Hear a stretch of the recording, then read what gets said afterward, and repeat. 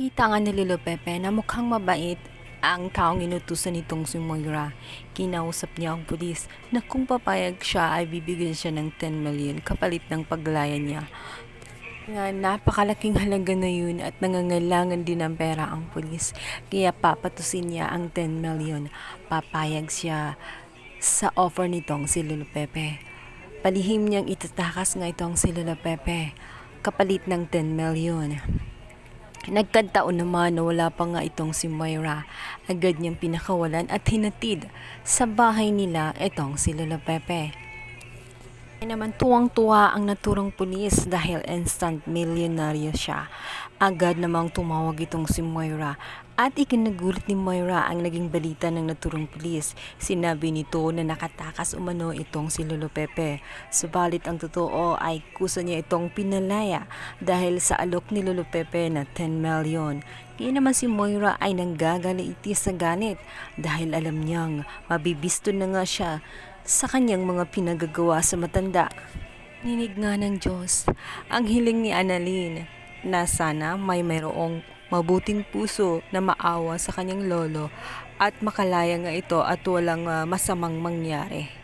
Natupad ang kanyang hiling sa unang pagkakataon. Kinampihan na nga siya ng tadhana. Katapusan na nga nitong si Moira sa kanyang mga pinagagawang kalokohan. Pagdating nitong si Moira ay kinagugulat niya dahil wala na nga itong si Lolo Pepe. Maging ang pulis ay wala na rin doon kaya nagtataka siya ng sobra. Samantalang ito nga si Najisal at itong si RJ ay nakarating din sa kinaroroonan nitong si Moira. Napansin nila ang kakaiba nitong kinikilos at talabaga may ikinukulong siya sa loob na tinitingnan. Kaya confirm ang kanilang hinala. Subalit nang ipinagtataka nga nila ay wala na nga doon si Lolo Pepe.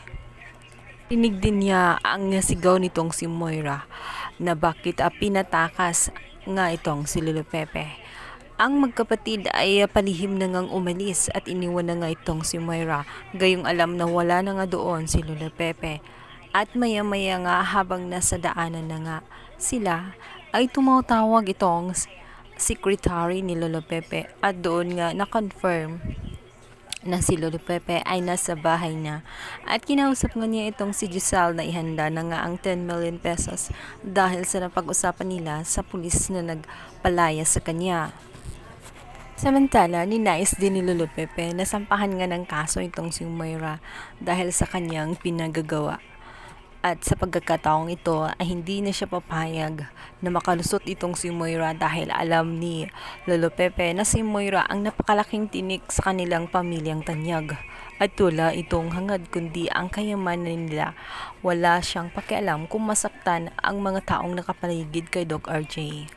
Kabilang banda, labis ang pagsisisi nitong si Lynette dito nga kay Doc Carlos dahil sa pagpakasal niya nito ay nahihirapan na tuloy siyang gumalaw na tinabaga napaka-estrikto nitong si Doc Carlos at lahat ng bagay nga ay isasangguni pa sa kanya. Hindi nagustuhan ni Lynette ang mga kinikilos ni Doc Carlos sa kanya kaya nananais nito na iwanan muna siya pansamantala upang makapag-isip ng anong tamang gagawin. Inaasang pagkakataon naman ay dumalaw itong si Harry upang kumustahan ang kanyang daddy. Dito nga ay nakausap niya ng masinsinan itong si Harry nang sila lang na kung ganoon ba daw ang kilos ng kanyang ama ay kakaiba talaga. Dito na may nagkwento si Harry na talagang sadyang ganyan ang kanyang daddy na siyang dahilan kung bakit hindi niya kayang manatili kasama sa kanyang pudor. Dahil gusto nito na lagi lamang siya ang nasusunod. Magiging miserable ang buhay nga nitong si Lynette kung mananatili siya sa pudor nga nitong si Carlos. Kaya naman gagawa siya ng paraan kung paano niya matatakasan ang miserableng buhay kasama nga itong si Carlos.